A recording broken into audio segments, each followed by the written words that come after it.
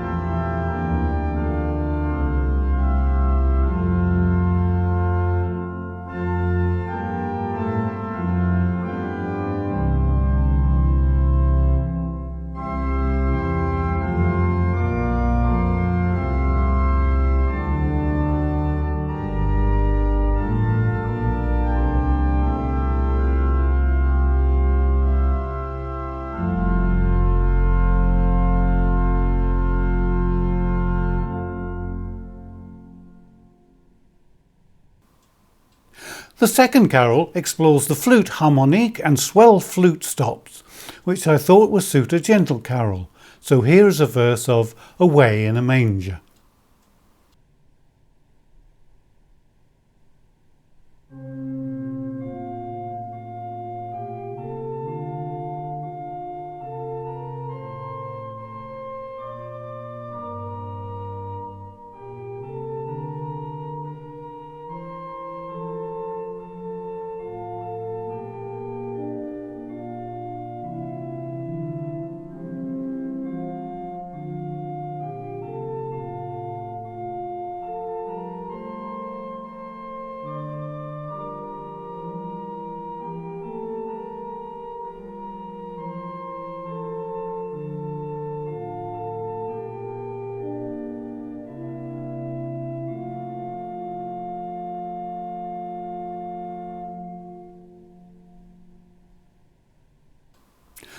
The Christmas section ends with While Shepherds Watched, but I thought we need something with more depth to finish on the full organ and tubas.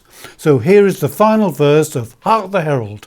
I could have played David Wilcox's version, but I know YouTube would only moan about copyright. And yes, I am using an old set of headphones and the flex keeps getting in the way. So I nearly started on the wrong manual and I managed to pull the headphones out of their socket at the end. So all that remains for me to say is a very happy Christmas to you all.